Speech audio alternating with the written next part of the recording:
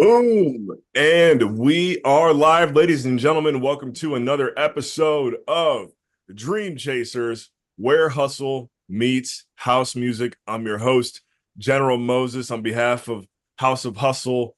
Make sure if you haven't checked us out already, go check out the label, hit that subscribe button, that like button, all that good stuff. And let's get into it with our guest here today, the one and only Maltese legend. And I'm only saying that because I think I've heard, Mark Knight call you that before, and some other people on Tool Room Radio. We've got Jewel Kid in the building, ladies and gentlemen. Yo, Make some yo. noise for him. Jewel Kid, it's great to have you here on the show. Thanks for having me, brother. Thanks a lot. Appreciate Yeah, it. I'm happy that I've been knocking on your door for a while. I'm like, hey, let's get over Yeah. here. We want to interview, and the timing worked out great now because we got you here. The show's taken to the new level and all that stuff, man. So it's an honor for us to have you here as we kind of shift gears and take what we're doing to the next level, man. So speaking of taking things to the next level, I didn't realize until maybe a couple weeks ago. I was like, man, JJ's been he's been at this game for a while. Like I was thinking, because I've only seen your name pop up maybe like the last 3 or 4 years, that you were a newer artist, but then I saw, wait, he's been producing for a long time. Yo, So I want to man. talk about that because that needs to be where I think where we start off. So I'll pass it over to you and just kind of tell us like your story, your background, man. Well, I'm 38 right now, so I just turned 38. So I've been DJing since I was 14. When I was 14 years old, I used to play the piano when I was a kid. When I was like 8 years old, and then my brother got into DJing, and I was like curious, what's happening. And when I was 14, I actually started playing in all the major festivals in Malta. And at that time, they used to sign like a parental guidance permit. So I had this guy that used to be like a parental guidance, come with me to the club, sign this police agreement that I had to play and leave, but I always stayed there. So when I was 14, I was already playing in front of 4,000 people. It was tough, man, at the age. And mind you, this was the vinyl days, I was gonna say, what type of equipment did you have? Main vinyl. I had turntables at that time. First 5, 6 years of my career were turntables, where you had to practice for like 12 hours a day to get it right. It was very hard, not like, no syncs and stuff. It's actually, and then when I was about, I would say 17, I got into production, starting messing about. And this was pre-YouTube days. There was nothing, literally nothing. I heard someone mentioning Cubase, and I was trying to get hold of this program called Cubase. I couldn't find it because I was spelling it wrongly. I was spelling Cubase. I was like, oh, what's this? And then I remember I went down to the to my city's square, and there was like this place that sells magazines, and there was this magazine called Future Music. I don't know if they still do it, and it had this small booklet that it said Cubase 101. It was small, how to use it. I was like, oh my god, that's why I couldn't find it. It's spelled totally different, and this small book helped me to start my very few beats, whatever crap that I used to do at that time. What And then, for your initial records too, like what software were you even using software back then, or well, I skipped the part because the first thing that I tried to do music with was this program called SoundForge. I don't know if you're familiar with it. It's I don't fairly. remember SoundForge, you know. So what this is, it just lays out a waveform, a big waveform, you know, and so you just cut stuff. So what I used to do is I cut a kick and copy and paste it for 5 minutes on one waveform. And then I cut a hi-hat, put it in between the kicks, and copy and paste it for 5 minutes. And then like get a syn or whatever and make one whole waveform with all these different sounds. And that's how I thought how you make music. Because there was nothing back there. I'm saying this is like 2004, I think 2004, something about that. And then this local DJ who was that time was already making music in Berlin and whatever, I got in touch with my brother. And my brother was like, my younger brother is making music. You should come over, see what he's doing. And he came and he told me, can I see what you're doing? And I opened SoundForge and he saw this one whole block. And he told me, how the hell did you make a track like this? Copy and pasting stuff on top of each other, Not there Yeah. was it wasn't a sequence like what we do today, There wasn't a sequence there. Imagine doing a track on one whole channel. And he told me, bro, that's not like how you do it. And that's how I heard Cubase the first time. He told me, you need to get this program called Cubase. And the rest is history. Wow. Yeah. Yeah, that's I'm learning something new every time we hit record here. So I'm just the first thing that comes to mind for me is when you were laying out records that way, what was the mixing and mastering process like? Well, I never really got anything signed or seriously done when I was using SoundForge. Then when I got Cubase, I made some tracks. And actually the first engineers I would say, I was going to say I was a bit lucky, but I worked really hard. Really, really, everyone around me knows how hard I work. And when I was about 19, I had this quite a big track in the US. It was like #2 on Sirius Radio. It was being played on the info on the TV of the Bellagio, and the Venetian were using it in their adverts, and I didn't have a clue. So I had to, up my game and get in touch with serious engineers and whatever. And I worked at that time. There was this very big engineer place called Time Tools in Berlin, in Germany.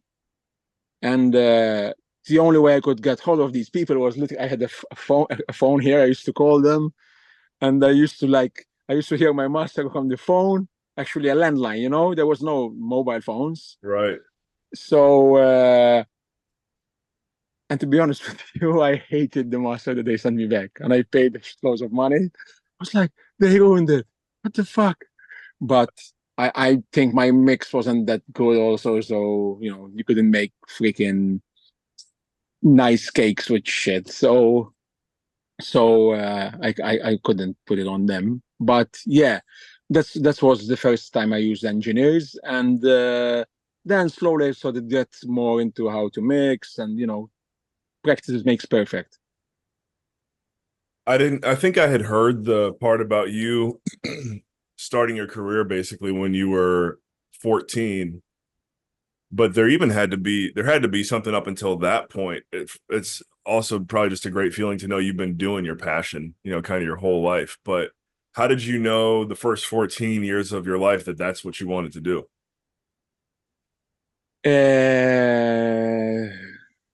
How? Well, to be honest, I hated playing piano because the nuns, nuns, Yep. you Yeah, have the yeah, yeah. priest and you have the nun. I used to learn piano from the nuns down the road, and they were very tough, man. They were very tough on me. Maybe that's from where I got my OCD, making everything perfectly done. So when I stopped playing the piano, I did maybe 5, 6 years. Uh, I wasn't really thinking. I was playing football at the time, but then my brother bought turntables, and the first time I touched turntables, I said, I'm not going to go to football or soccer. You call it soccer. I'm not going to go to soccer anymore. That's it. This is what I want to do. This is so freaking cool, and the vinyls and back then we used to buy vinyls without hearing them. Imagine this, we used to have a book.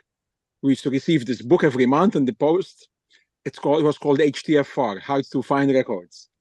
And there used to be a list of all the tracks are out this month. And you used to pick out randomly from the name or whatever.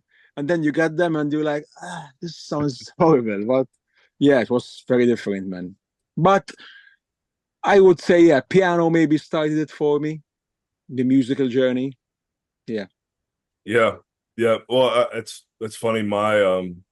I feel like mine kind of began with piano lessons as well, because you learn how to read music, right? And so when all of a sudden you're playing with well, yours was I'm sorry, I didn't even know what Cubase was the name of the program. Yeah. So does Very little people use Cubase. yeah. So does Cubase forgive my not being able to go back that far, but did it have piano rolls and you could kind of Yeah, see? yeah, Well, yeah.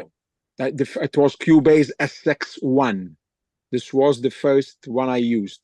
But before I was using it, it was already out for a very long time. And I think it was out like in the early or mid 90s, I would say. okay, wow. Wow. Many people use Cubase for film scores, like Hans Zimmer uses Cubase, you know. It's it does more stuff than just dance music, you know, it's for big scores and whatever, you know. I only use a small fraction of it, to be honest. So from age, I'm trying to do the math in my head here now. It's 24 years of producing music, or at least Yeah. DJing. DJing 20, yeah, you'd say 24 years, yeah. And out of those 21 years making me, oh my God, 21 years making music, man. I've Yeah. seen I've seen you do some guys, make sure you don't follow Jewel Kid. We're gonna get plenty of this, but make sure you follow him on Instagram, all the information below. Sometimes he goes on rants, and his rants are I find them hilarious. There's one you were talking about how, you know, producers think as soon as they send a record out, it's gonna get signed, and how many hundreds you have, you know, backlog. Let's start there. Let's talk about that one. I can't believe it, bro. I have friends of mine who like, bro, it's so hard. I tell them, how many tracks you made this year? They're like, four, five. I told him, you know, you have a star has to fall and hit you in the head to be successful with freaking four tracks a year. You know, you have to make a lot of. I last year alone I made more than 60 tracks, and this year, well, we're on the ninth month, and I have been away for almost 5 months this year on tour. So my OCD is flaring up because I didn't make as much music as last year, you know? Because you have to make a lot, man. You have to make a, some people think that they're gonna make a few and that's it. You know? And they're like, oh, I didn't sign the tracks that I have, so why should I make more? Doesn't work like that, man. You probably didn't sign them because they're shit. You have to keep making more to refine and make your sound much better, you know? So yeah, you have to make a lot of music. Another one of your rants is about followers on Instagram. Oh, let's not go there, man. Fuck. It's crazy. It's so fucking crazy. Can I swear here? It's to what? I said, can I swear here? Because I'm saying Oh yeah, swear. go ahead. Oh, this is rant this is part three. so fucking crazy, you know? I get like promoters, or let's say my booker or my manager, they tell me, uh, they really like your sound, they play your music, because most of the bookers, promoters are DJs, they love your sound, they message me, but you don't have enough followers. And then I see them book people, other DJs, who have over 100,000 followers, but have as much likes as I do with 8,000 followers. I'm like, something's wrong here. And am I the only one that realized these things, you know? And I actually have friends who literally bought followers in front of my eyes, 50,000 followers in front of my eyes. You know, I was like, why do you do this? And they tell me, that's how it works, bro. I was very close to doing this. Like literally this week, I had someone on my DMs was telling me, bro, you're complaining for nothing because this is the game. You know, you have to buy. And actually, some of them they're really smart because they buy followers, and every post you make, you buy comments and you buy likes, so it looks very believable. You know, but it's a fake following. I There's no think one there. right. Yeah, the challenge is now you have to keep up with it. It's crazy, bro. It's crazy. I mean, I like the whole social media thing, but to a limit, you know? I cannot put social media before my music because that's how it is right now, you know? I get like, again, my manager and my bookers are like, you know, social media, post. And for me, it feels like I'm a soccer player and they're telling me to go to the pool to train how to swim. Doesn't make sense, you know? Right. I have to train more how to play freaking soccer, not go to the pool because that's not my thing. But that's how social media is. Now, mind you, I'm not bad at it. I can swerve in. But a lot of my friends who are really freaking talented artists are horrible at it. So unfortunately, their career did like this. And it's sad, man. You know? Because when you go to the club, the last thing you want is some idiot. Because I saw this recently, this very famous DJ. He was literally playing for TikTok, man. He had this guy next to him recording on TikTok Live. And mind you, this guy was getting paid 60,000 euros. I was playing on Friday, I went 2 days before, he was playing on Wednesday, and he was literally playing for freaking TikTok. The club was full, but the vibe was dead. And he was like looking at the phone and the other camera and like, it's like, this is sad, man. This is not why I spend 12 hours a day here, No, thank Right. you. Oh, yeah. Right. Rant over. Well, now we've got the magnifying glass on your follower count. So, I mean, hey man, if you do pull the trigger on it, I am genuinely curious because I see what you're talking about. And as I've started to get my own profile built up, I'm like, man, how do some people have 50,000, 100,000? It's all fake, man. So it's honestly, this was back from the Facebook days, From Facebook days, so they were already buying followers, and the biggest I'm not gonna name names. The biggest DJs had already buying followers, and at that time we used to find this out because when you go to their followers on Facebook, on their likes or whatever it was, the number one country was always Mexico for some reason. Everyone number one country was Mexico. And that's how we picked up, okay, he's buying followers, Sure. But it's strange because bookers, man, promoters believe this stuff, They go in, even my friends sometimes, they're like, wow, look at this guy, man, 150,000 followers. And then I go on his post, there's like 200 likes. How? Right. Doesn't make sense. So there's a small part of me who's like saying, fuck it, do what they're doing, But I feel like I'm cheating on my craft, my career, man.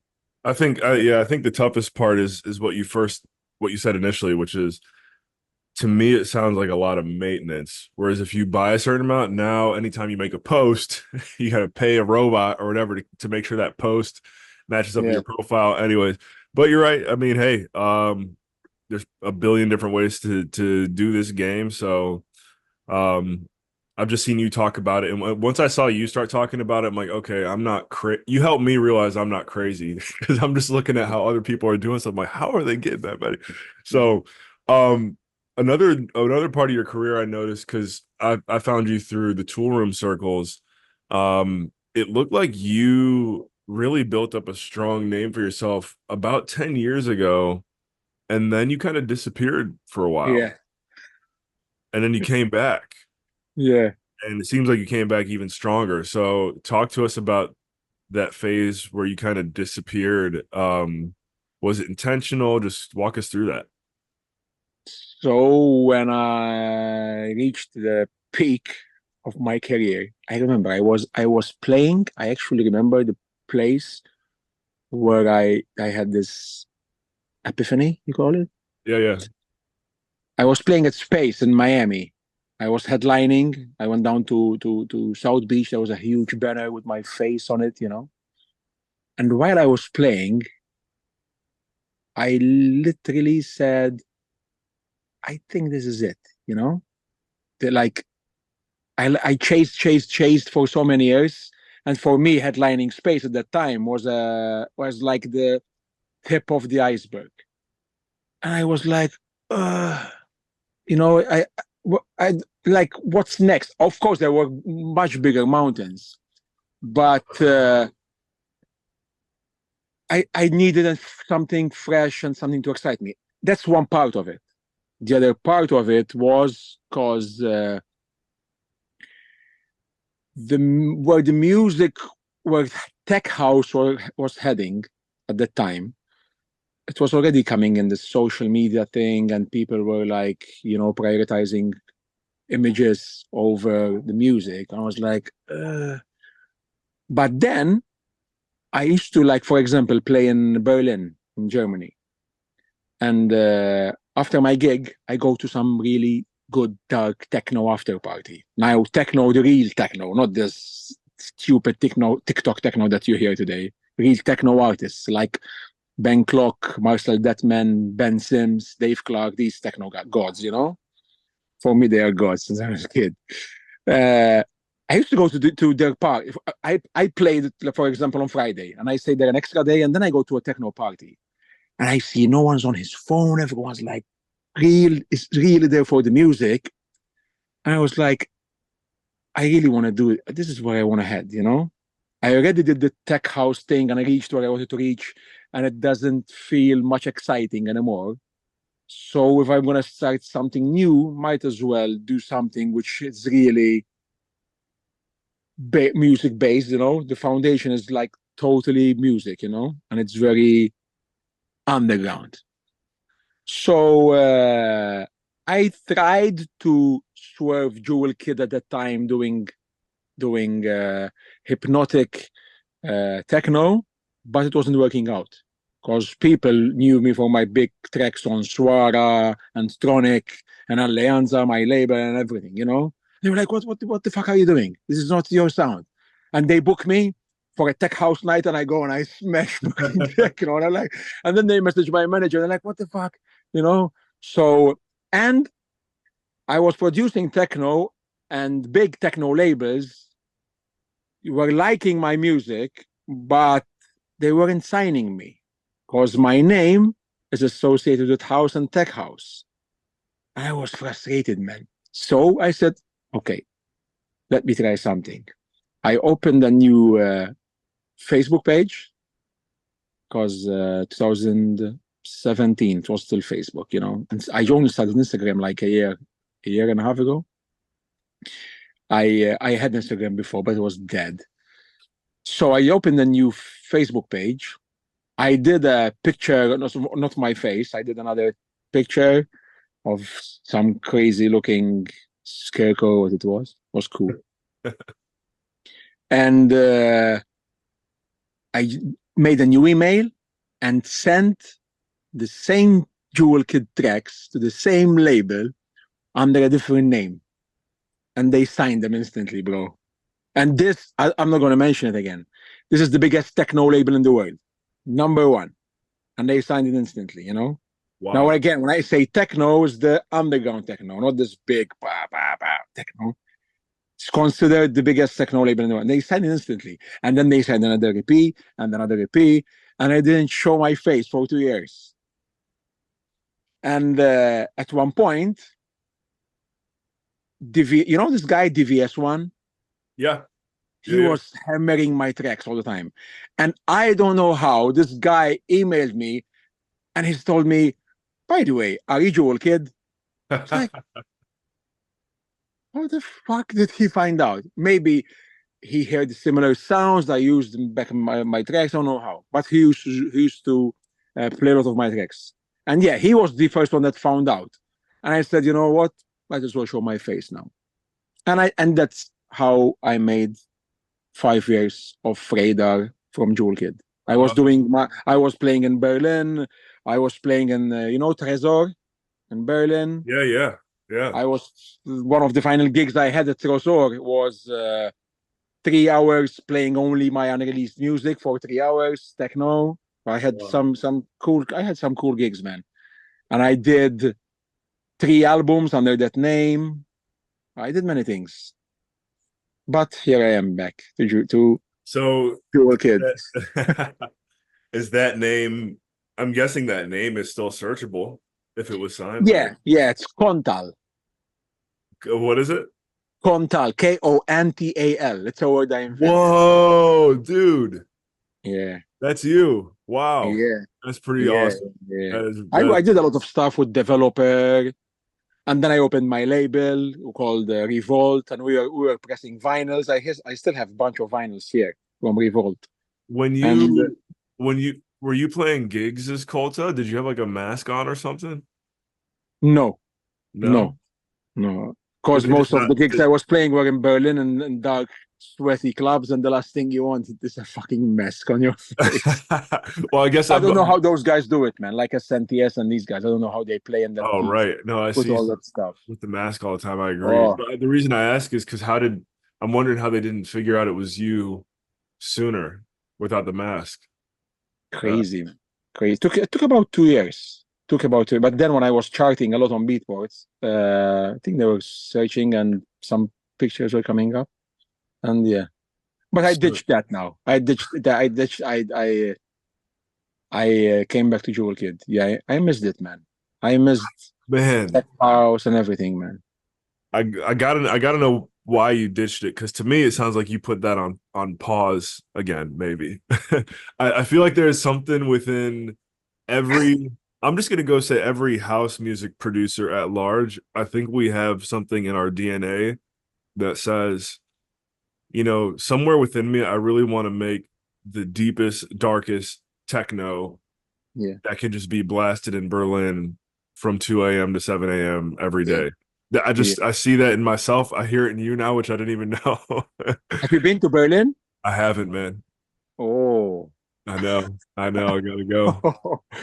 At one point, I was, to be honest, I was about COVID also played a part of me ditching my techno name. Because in 2019, I was playing in Tresor and I was about to go on tour in China with that name.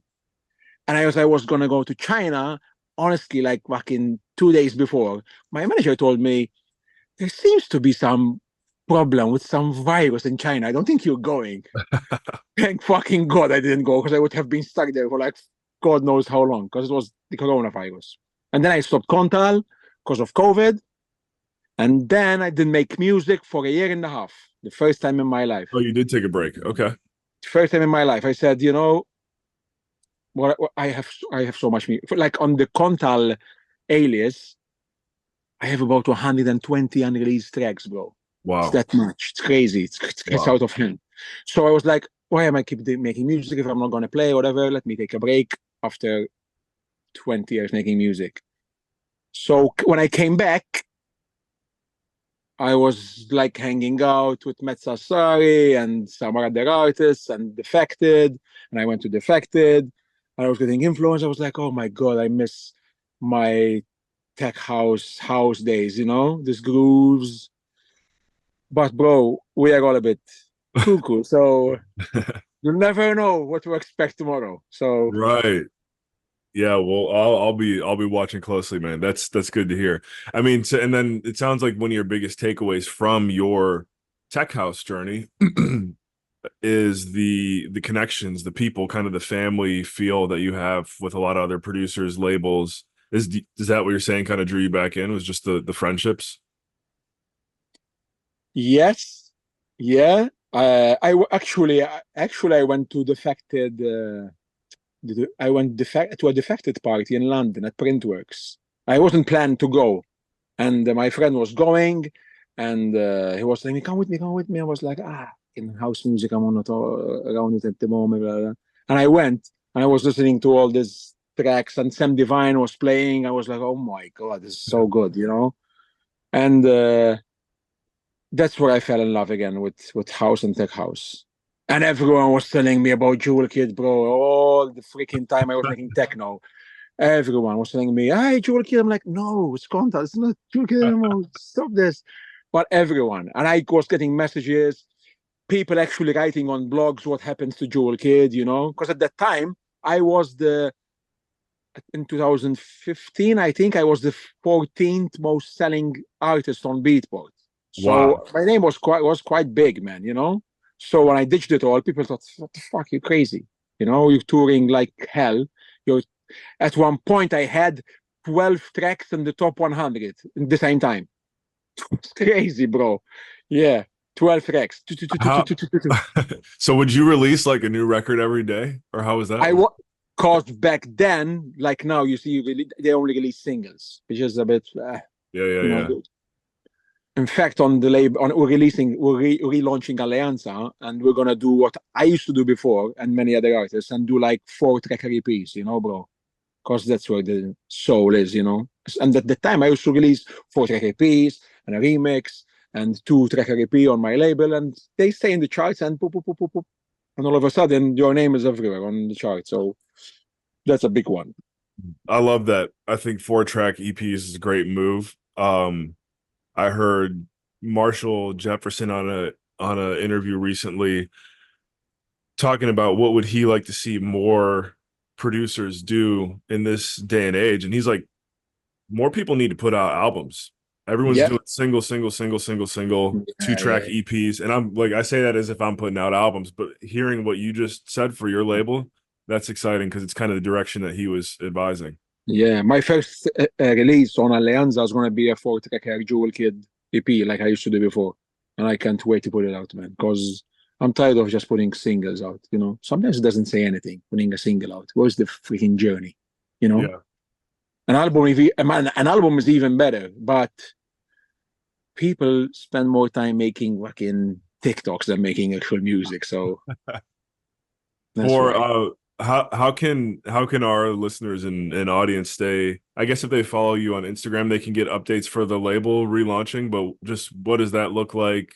Is there an Instagram page with 100,000 followers for the label that we can go follow?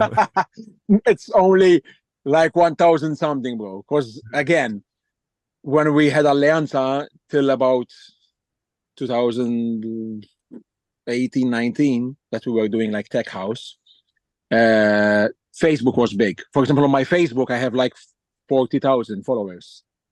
And I haven't used Facebook for like 4 years. Because back then Facebook was big. Right. Yeah. So Alianza is still very small and followers, but very, very big artists, bro. We have a crazy schedule coming up. Nice. Honestly, it's crazy. I can't believe that so many friends of mine who are big artists trusted in the label. They saw what we did back then. Back then, bro, we were the 10th most selling label on Beatport. We had a night every Monday at Sankey's in Ibiza all summer. We used to do Mondays, and Solomon had just started doing Tuesdays. We started at the same time. Wow. He kept doing his dynamic thing, and I fucked off doing techno and changed my name or whatever. Maybe I would have been charging fucking 200,000 per set now, like what he does. But yeah, we were doing Alianza showcases all around the world, bro. All around the world every week. So my friends now, like Close Step, Metzassari, Tony Romera, when I said, bro, do you want to come on the label? You see what we did in the past and we're going to do it again. They were like, let's go, man. Actually, I just got a demo from Metzassari just now. I still haven't heard it, so I'm sure it's fucking dope. But yeah, I'm excited, man.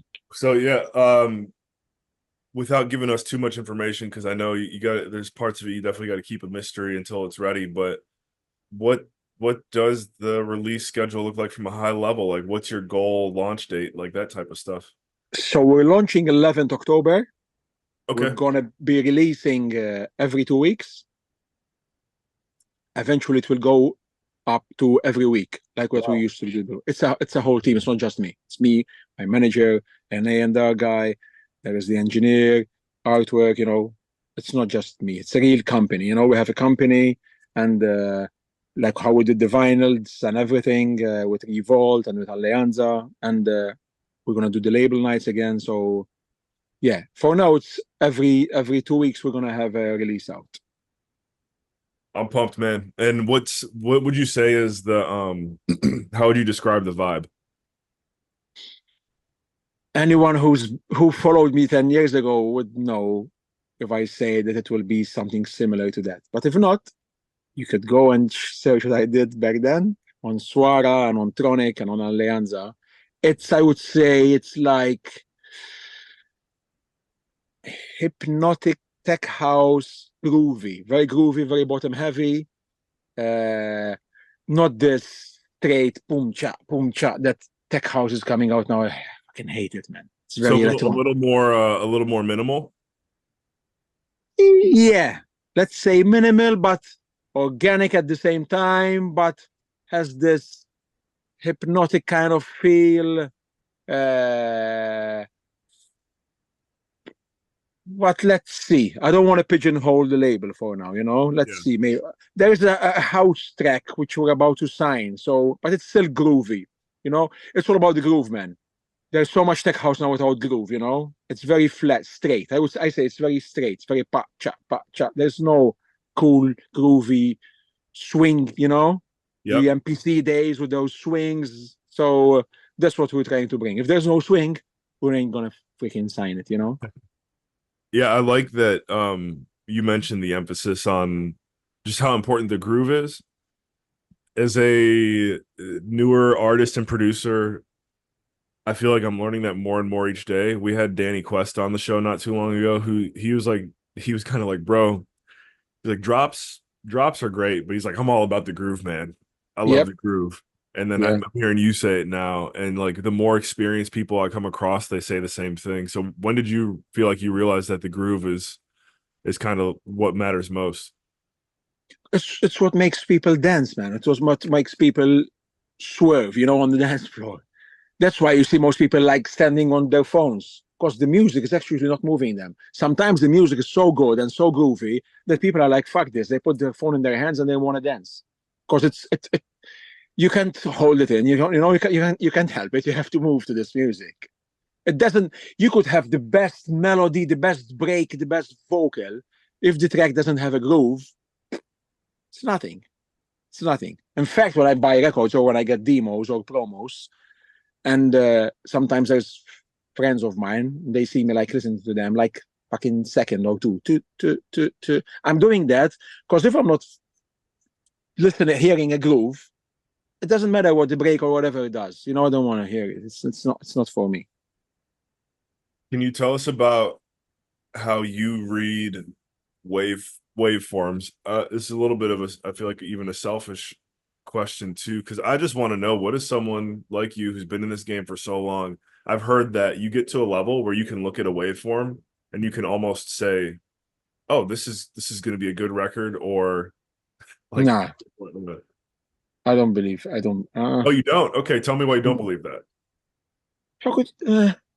I mean, it could look very straight, but looking at a waveform and knowing what it would sound like, I mean, maybe there's some people who could do that. It never was something that I'm all about the ears, man. I try not to look, whatever.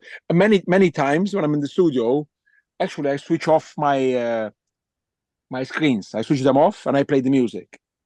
So I'm not seeing what's going to happen, because I want to take it organically and use my ears, you know. I like that a lot, and Yeah. that's good to hear, because I'm sitting there wondering too, man, how is this person who I view as pretty experienced telling me that they can tell what a record's going to be like just by looking at the waveform? Yeah. Hearing your take, that's a good counterattack there. Uh, Tell us a moment during a set where you feel like everything just kind of went off script and you bounce back in a hilarious way. Something that went off script. Oh, this one time I was very young, man. I was about 22, I think. I played in Sao Paulo, in Brazil, Uh-huh. and I flew from Malta to Sao Paulo just for this gig. I was so excited, And this, mind you, this is what 16 years ago. So people from Malta going to go play in freaking Sao Paulo wasn't the norm, It was all over the news and more and whatever. And when I got there, I didn't know, but this festival was huge. And since social media wasn't that big at that time, you couldn't really know what was going on in freaking Brazil. And I arrived there, and the room I was going to play in was packed. There was like 2,000 people in this room, it was packed. But then the owner of the festival, I was like talking with him. He barely could understand my English. And for some reason, I'm not sure if he heard that there's sets of mine at the time. I'm not sure. He told me the guy that I was talking in English was like my translator, kind of. He told me, bro, he really likes you, and he's gonna pull out someone from the main stage and he's gonna put you there. And I was like, he's gonna book me again. He said, no, just now. Let's fuck off from this room. He wants you to play on the main stage. I was like, okay, give me a minute. Because on the main stage, there was 20,000 people, bro.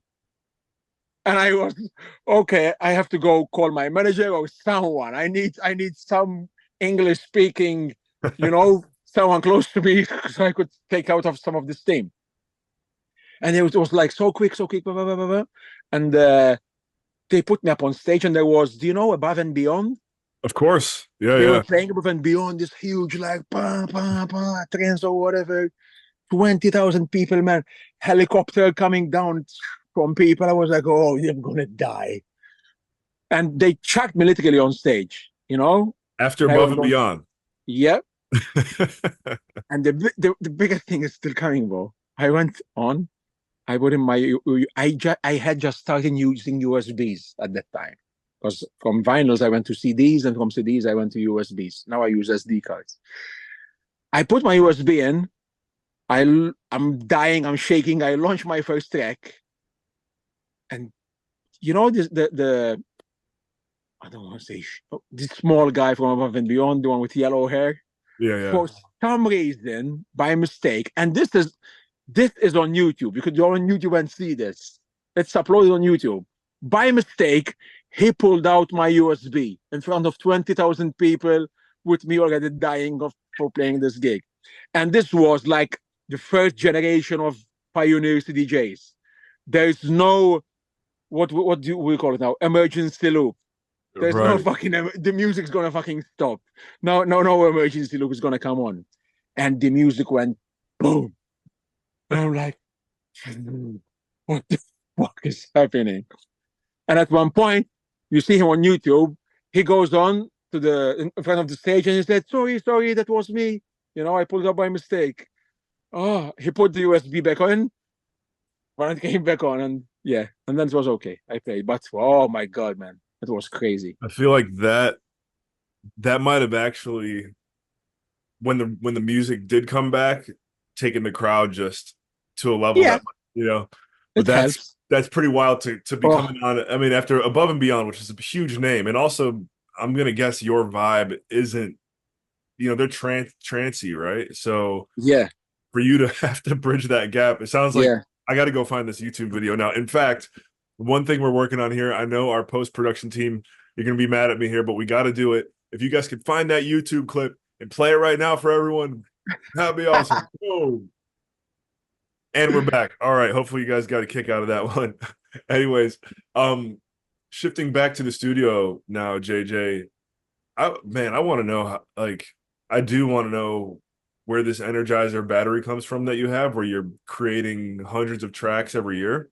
Like, walk us through your creative process, just from like a fundamental perspective, somewhere where if someone doesn't do it exactly the way you do, at least they can like pick up some golden nuggets from your process.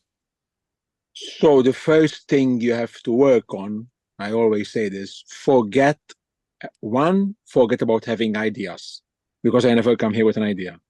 If I ever had an idea and I come here, it's shit, because it's a style in your head, and when you lay it down, it doesn't reflect it, because in your head you have this big, huge thing. It exceeds what's real, And the second biggest thing, which I think should be the first big thing, is don't wait for inspiration, bro, because inspiration dries out, my inspiration dried out fucking 20 years ago.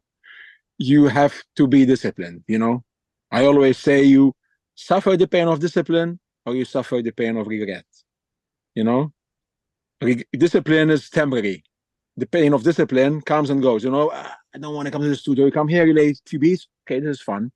But you regret will last a lifetime, bro. What if I stayed at it, did more music, did not give up. So yeah, that's one thing. Like, be disciplined. You have to put in the hours every single, I'm not gonna say day, maybe try 4 times a week, man. 4 times a week. That's I would say that's the sweet spot, 4 Mm. times a week. If you When could do when you say to not to kind of not take the idea so seriously, when you're writing, do you just kind of say, okay, I'm gonna write right now, and you sit yeah, down? yeah, yeah. Yeah. I just start just doing this. And it's like, oh, okay. And sometimes I think it's not me that does this, bro. Honestly, so I am very skeptical. I don't believe in I used to not believe in anything. But sometimes I feel that I was speaking to this guy in Thailand, and he was telling me, you don't make the music, it's from the universe. The universe comes to you and you lay it out. Even today, man, even today, I did something. I was like, I did not do that, Honestly, this is, Yeah. and now that I'm aware of it after a session, I'm like, this is weird, because my musically, not my subconscious, my conscious, I'm not that fucking musical, man, But there's something inside or somewhere.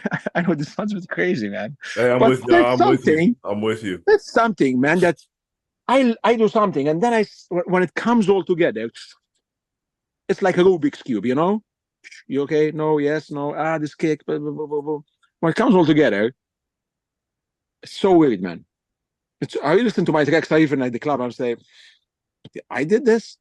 Right. It's strange.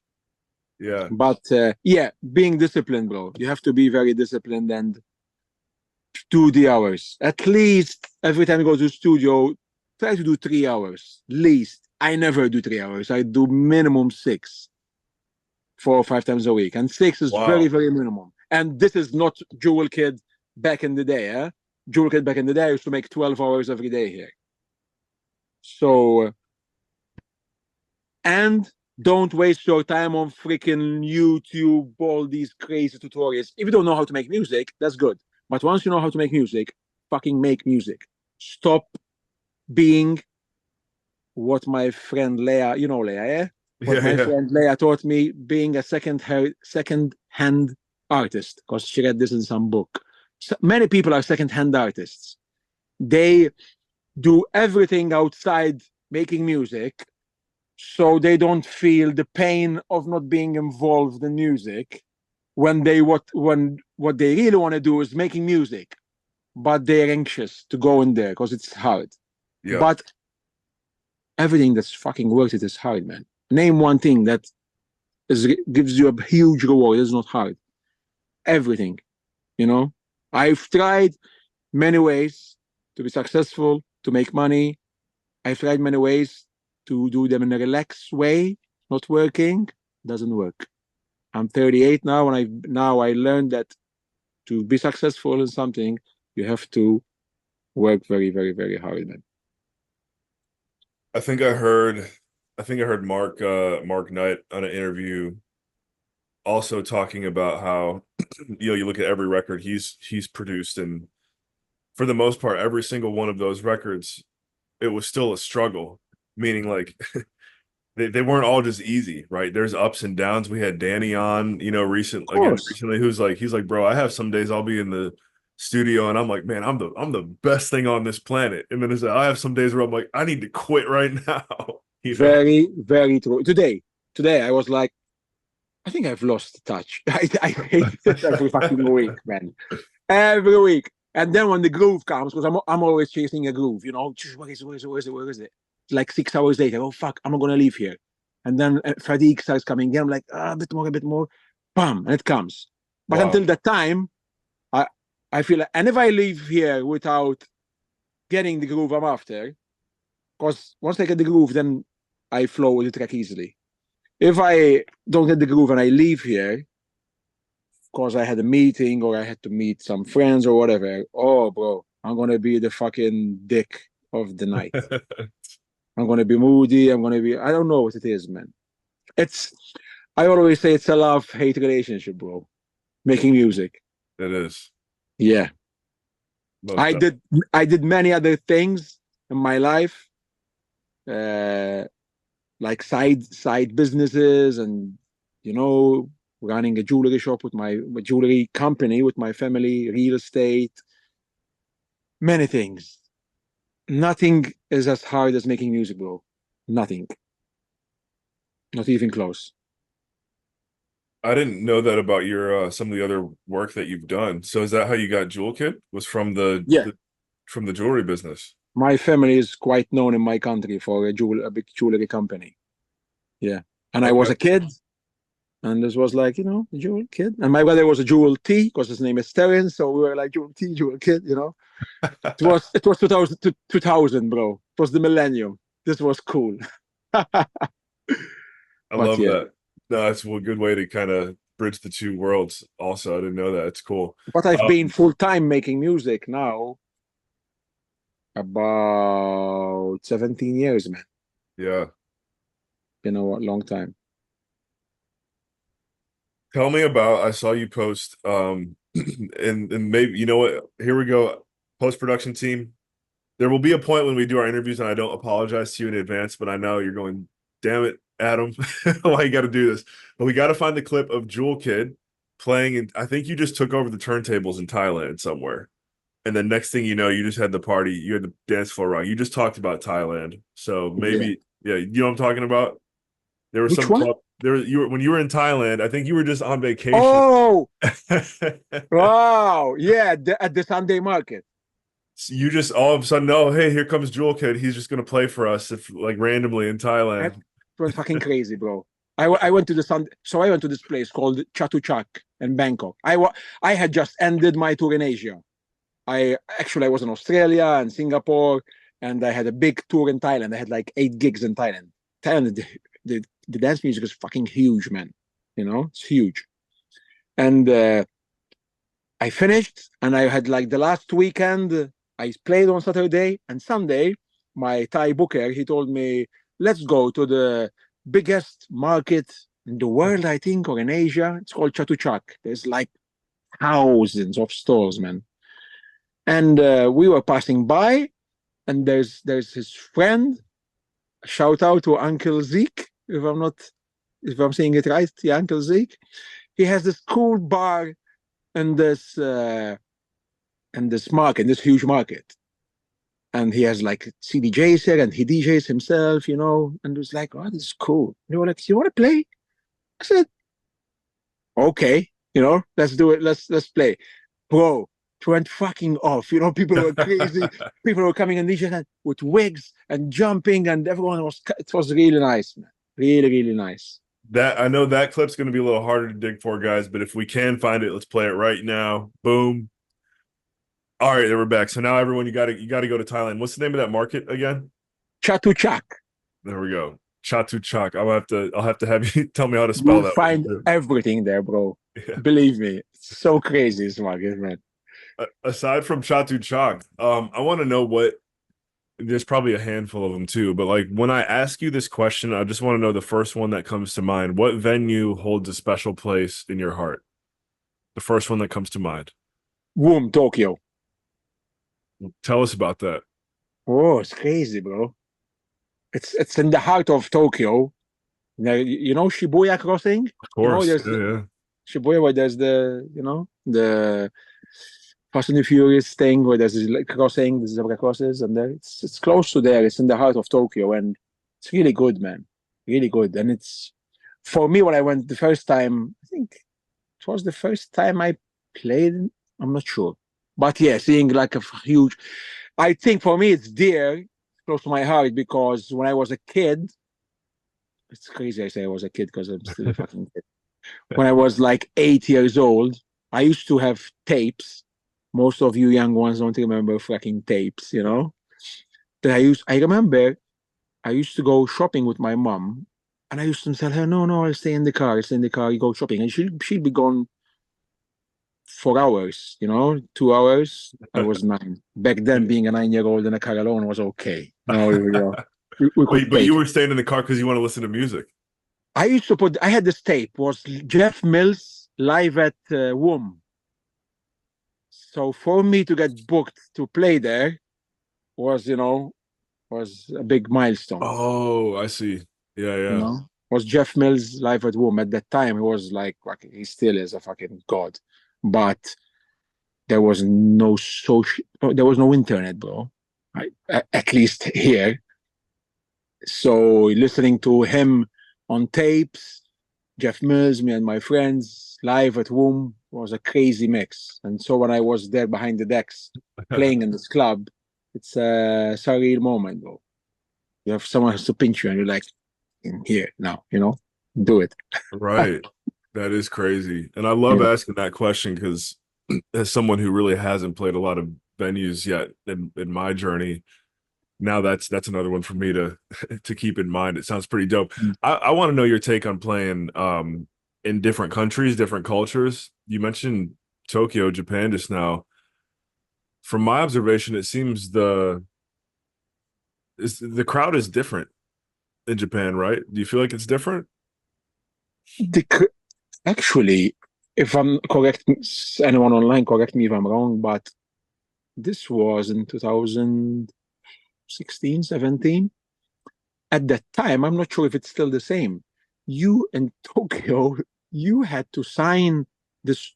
Anyone who comes in the club has to sign this thing, this waiver, so they could dance in a club. Because apparently it was illegal to dance or something crazy like that. So yeah, every like for example, I went to play once. Once I played on a sandy island. It was me and Metzasari. We went with a dinghy. They took us with a dinghy on a sandy island in Bahrain.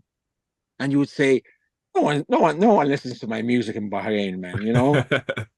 But you get there, and it was fucking wild, man.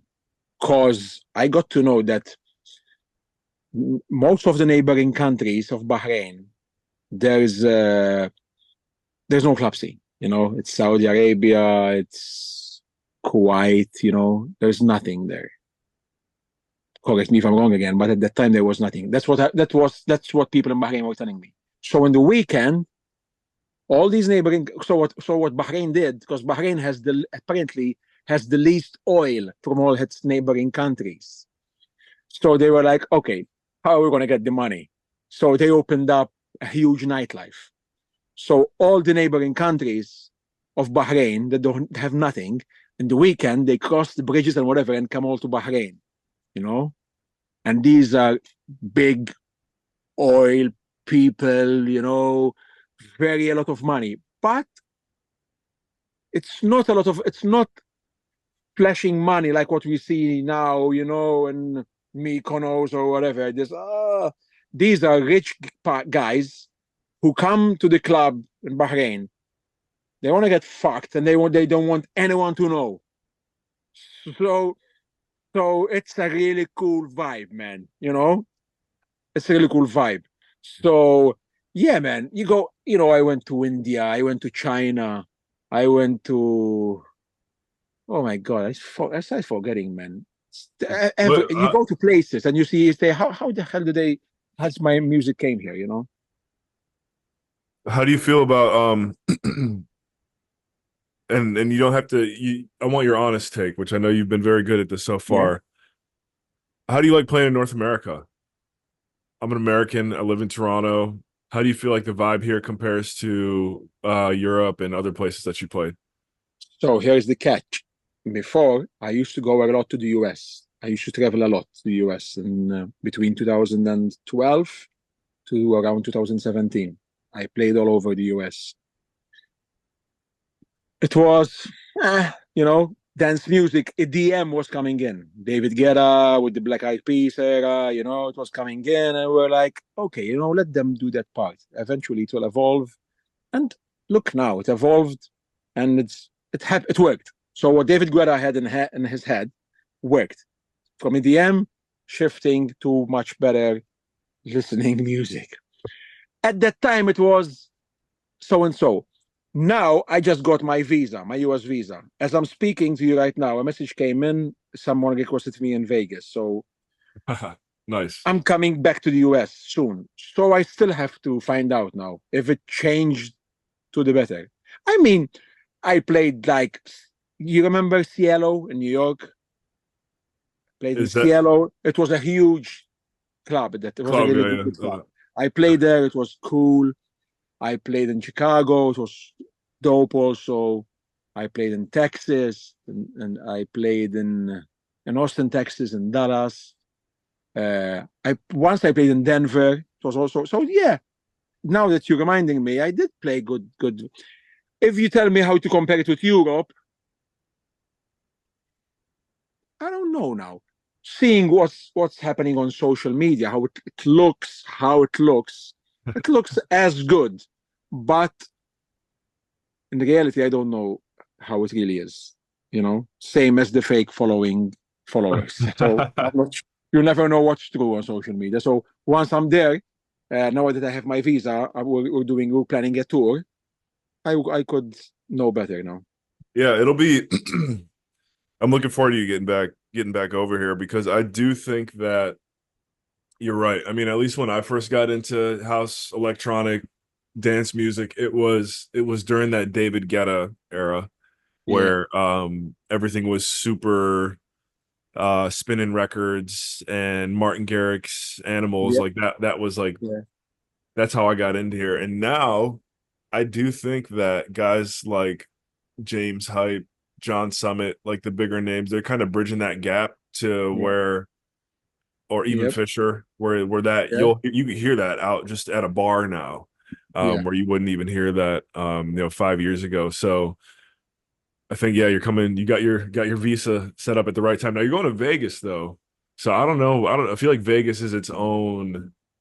Actually, I had a really good gig in Vegas in the past at this place called Techno Taco Tuesday. Oh yeah. I think it's still going on.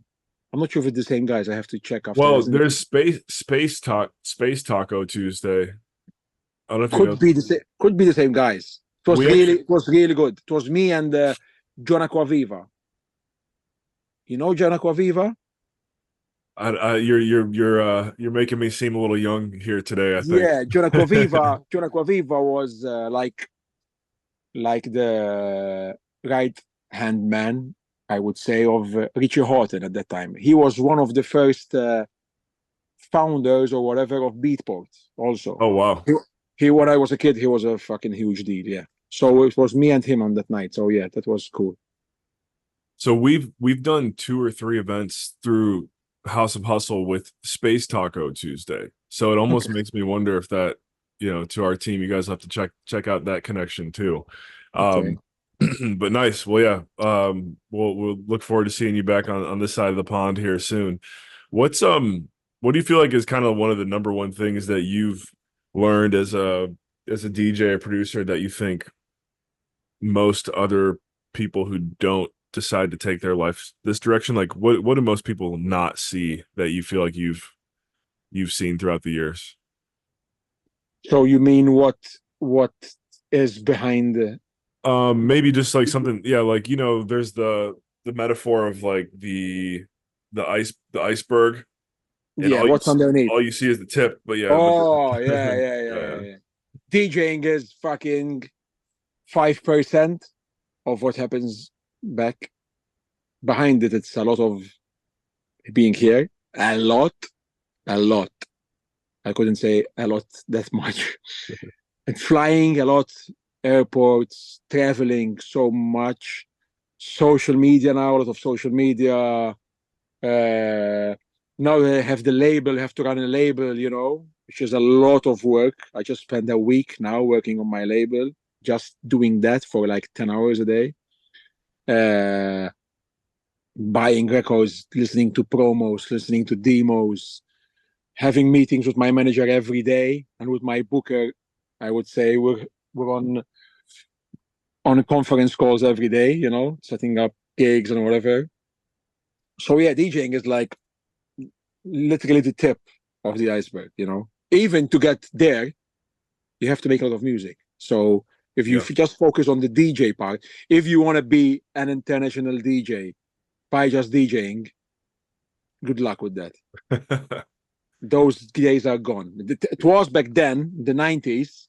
That's Yeah. how Carl Cox, Sven Vath, and all those guys got huge.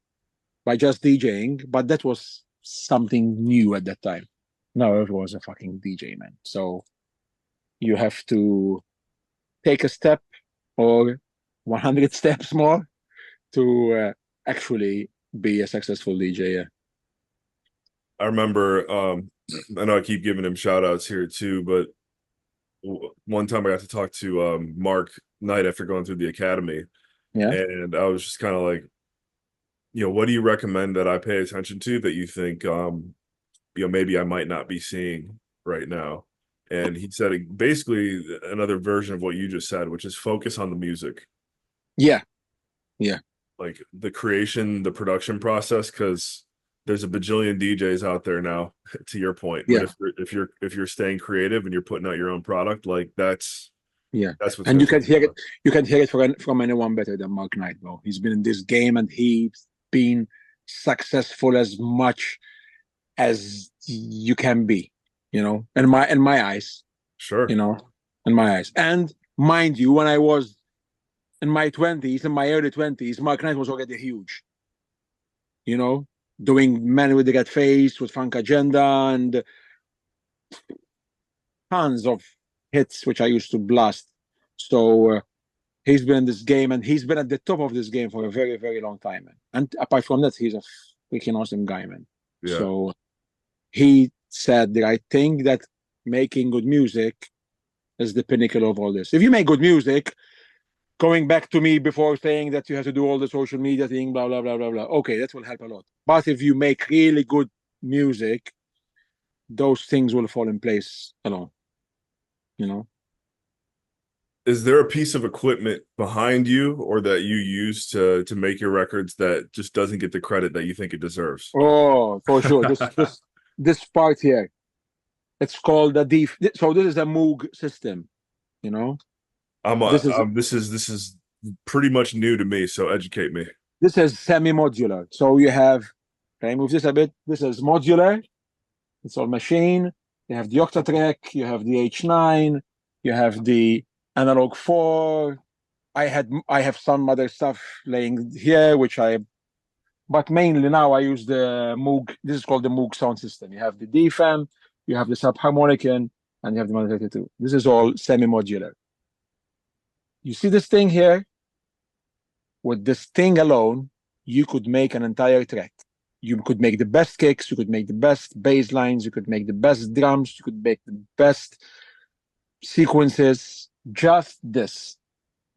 I always say anyone who's starting and doesn't want to do just software, wants something hands-on, I always say, buy one of these, man. It's insane. Actually, it's called DFAM. It means drummer from another mother, because it was made to be a drum machine, but it's all everything above. It's crazy. Have you Honestly, have you ever done any track from scratch videos before on YouTube or anything like that? no, I should. Yeah. That'd be I don't know, I'll follow up with you. That'd be really cool to see you like But give that. my problem is that. So to start with, no one can come in here while I'm working. I cannot work if someone's here. Whenever I do collabs, we do it online. I send my stuff, they send back. Because my process of making music, for someone to see, it's not that fun, I think. So if I'm making a record while I'm thinking that someone will be watching, I think it will freak me out, man. Because Well, sometimes I'm stuck. I'm stuck on just the filter, doing for hours. I record like 1 hour of just moving filter, like whoa, stuff like that. Imagine doing this on YouTube. I think 1 hour of me doing this, you know. So maybe I could edit it after, but yeah, it could be, man. It could be. I've had people tell me, you should put a GoPro in here and just stream for hours, just let it go. I don't know if anyone will be watching. I don't know. I don't know. well, I like that too because for me the collabs that I've done so far, they've to your point, they've been online, one person sending stems back and forth, etc. I haven't had a chance to collab with anyone in a studio yet. And in my mind, I always felt like, oh, that's what every DJ and producer does is they get together with their friends at some point and they all go in the studio and they make music. And so to hear your response there is actually kind of refreshing, I would say, because I feel like it's good to know. Like it sounds like you have boundaries and like again discipline in your process and then what works for you. So is that accurate, or do you have times where you do hop in the studio with someone and just No, yeah? never in my. Metza once came here. He had the show in Malta. We came here and we edited some minor stuff. Honestly, that was it. So yeah, Matt, you should be thankful for me letting you here playing with my stuff. Um, uh, my brother, man, oh my God, since forever Wait, has been tell us about your brother because it sounds since like forever, yeah. since forever, bro. He's been tasking me to make music together. Now, not anymore. Now he's older and he's with kids. But for many, many years, and I felt bad to be honest, but I wanted to, but I can't, man. Even when my manager is like, "Should I pass by your studio?" I'm like, no. I'll come to you. Don't come to me. So I have something here where if I'm making music and I know that someone's listening to me live making music, it freaks me out, man. It freaks me out. I don't know why. I'm Com- just happy. I'm happy to hear that because again, there's times where I've thought to myself like, that's how you're at the peak of your game is you can like you see James Hype making these videos in planes and stuff with I so Listen, wait, go ahead, wait. go ahead. The- so when you see these people sitting in fucking Bali or whatever near the pool on their laptop, I just made this track. Fuck you. That's not. I don't believe it, bro. It's not true. Come on. Who makes a record near the pool and like, okay, maybe make some small idea, but yeah, they play it and this is this huge track. I just made this track now and like, and I can't believe how people believe this, man. You didn't make that in the pool. Probably to start with, you didn't even make the track. Let's start from there. You know, most of this, I don't want to talk shit. But I knew this is what's gonna head there. So to start with, probably these guys didn't even make this fucking track, let alone making it now in the Sahara Desert or whatever, you know? It's crazy. It's crazy. And it's like, oh wow. Yeah, this so and people commenting, wow, how do you do this on your laptop? I'm going, and it's bad for someone who's starting out because they go, they buy a laptop and they think they're gonna make you could make the hours, okay, but it's not you're not gonna it's crap, bro. It's crap. Totally crap. Thank you for the awareness because Oh, again for me it's like I'm so new to this. I see something like that, I'm like, man, I'm gonna have to get to that level one day. So to hear oh my the God, bro. I've been making music 23 years.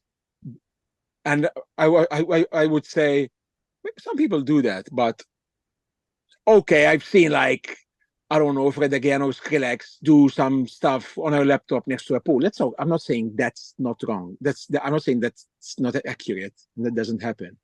But to do a whole track, I just did this now in 30 minutes. Come on, man. You don't yeah. even freaking open your door in 30 minutes, setting everything up. It takes me to finish a track. It takes me what? 40 hours. Are Between 30. you are you allowed to give us a sneak peek at what you got pulled up in Ableton there? So, Cubase. Oh, that's cute. Am I man, I really am I'm Yeah, exposed this is stuff here Cubase, today. bro. So Let me. Cubase is still around. I was thinking Of the way that course, bro. Of course. I know I sound stupid saying that, but Love like Step I uses Cubase also. That's why we're all, collaborating a lot. We have two other tracks I coming now. see. Because all I've ever known is like Ableton and Logic, to be honest. Like that's all I've ever known. So I never even heard anyone say Cubase. Oh, there's Pro Tools, there's Acid. I'm not sure if that's around, but Cubase, yeah, it's really good, man. Okay. Some people say it's the best engine to make music on. Now, mind you, I was swollen into the Ableton bubble at the beginning when it came out, everyone was like, Ableton. I tried it. It wasn't for me. For example, even the mixer, if you see the mixer on Cubase, it's chalk and cheese to what Yep. the Ableton mixer. I mean, of course, this doesn't matter. It's what comes out of the speaker that matters. Right. So I was doing this today. Let's see what it is. I'm not sure.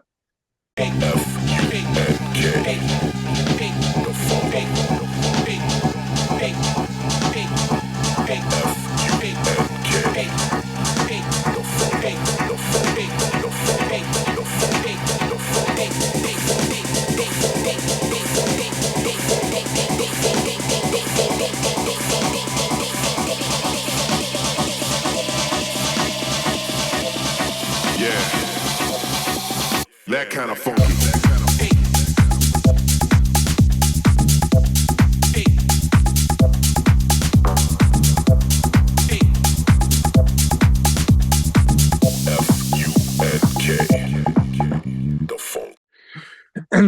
Nice, man. Do you have any rituals or like routines that you follow before you play a gig? Ritual. Or my before you step into- earplugs. My earplugs, man. Yeah. I've been very strict on this now, man. I wear I've just had custom made, not just had. I've did custom made earplugs 20 years ago. Wore them only once, fuck off. I didn't wear them anymore. 20 years passed. My ears started getting a bit, when I spend a lot of time here, I started to get a bit sensitive and I was freaking out. I said, okay, I'm going to take off my ears.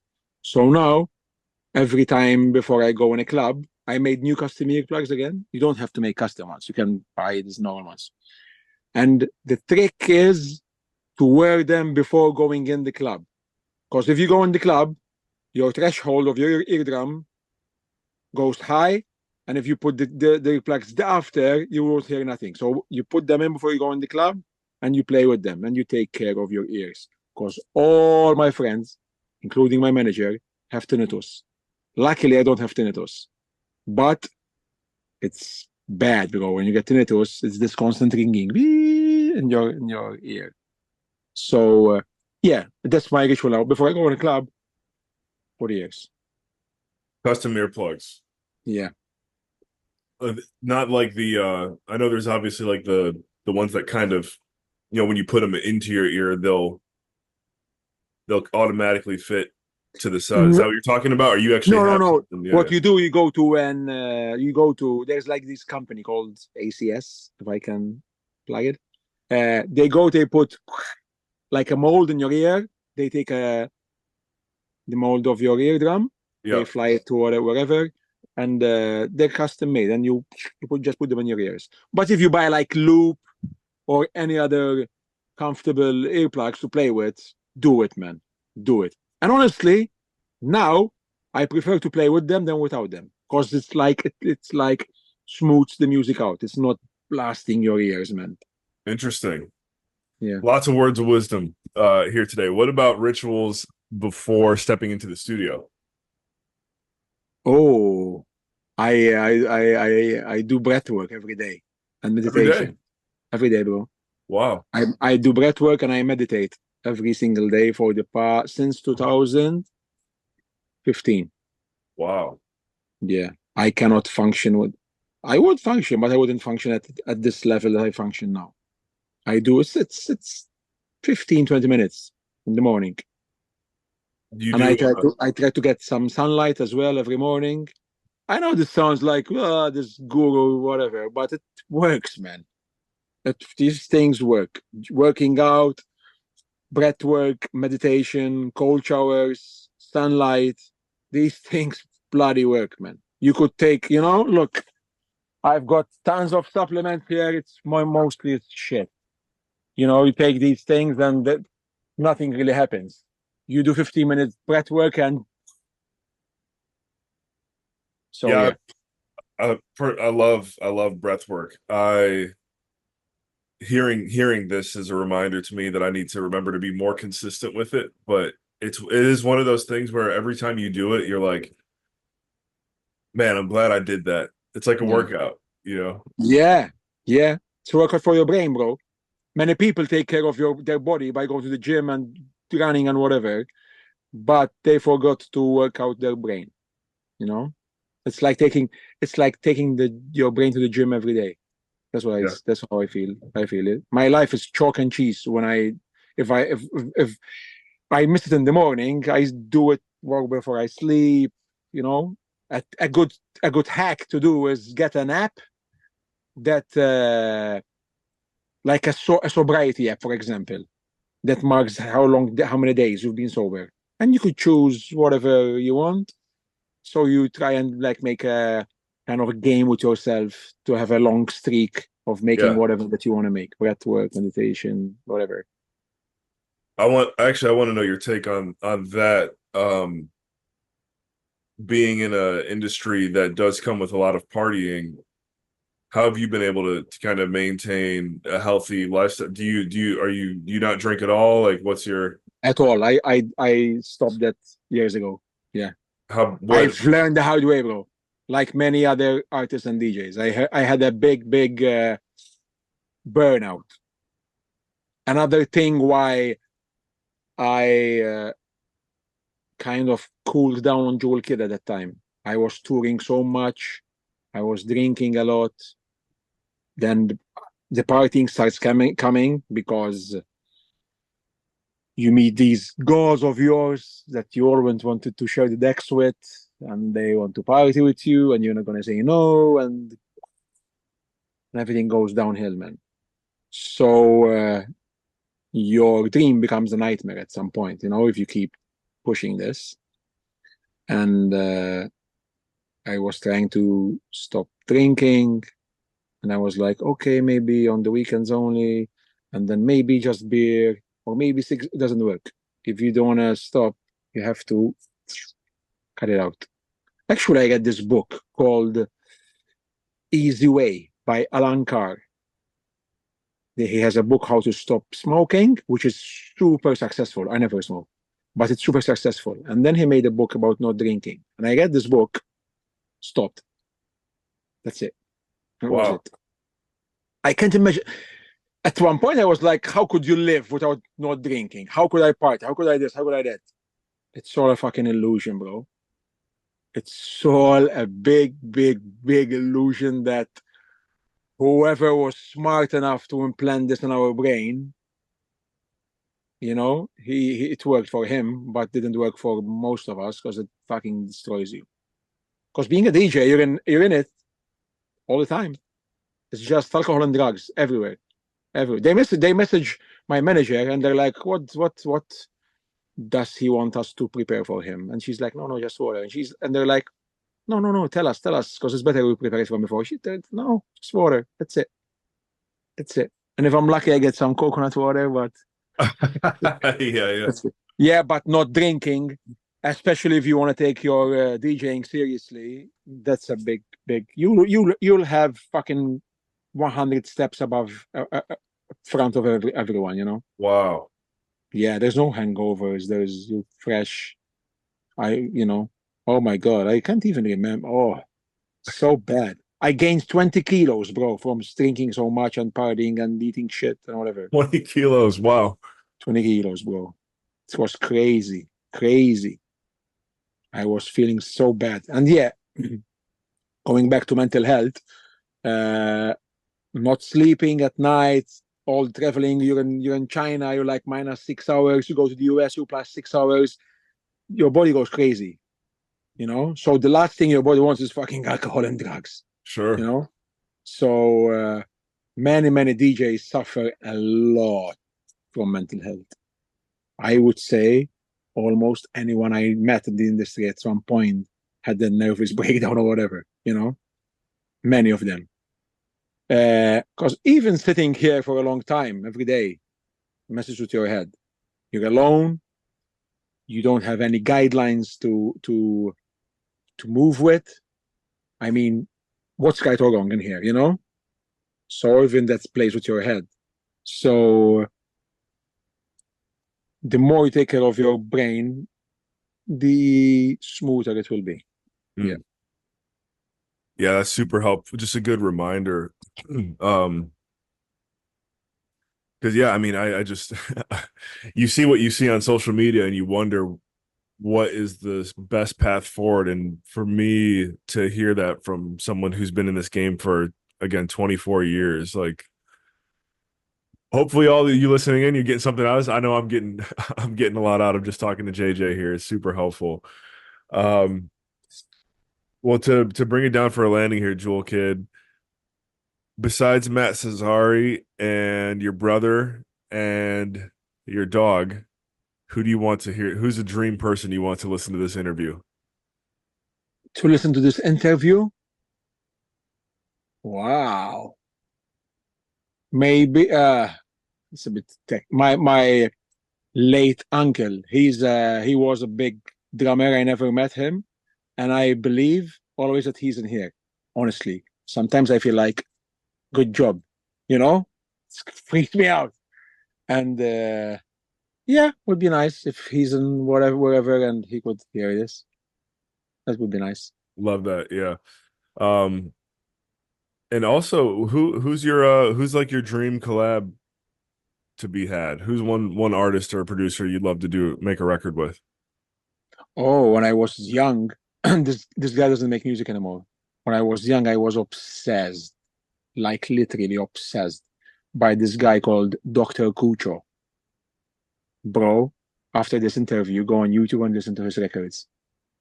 Dr. Honestly, Cujo.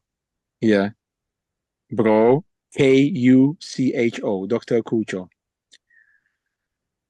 Now, me being 17, 18, trying to make music what he was doing is like learning how to make paper planes from someone that makes rockets. That's how it was for me. Because his music is so insane, man. So good. So good. Yeah. Dr. So Cujo, is he still yeah. with us? He's still alive?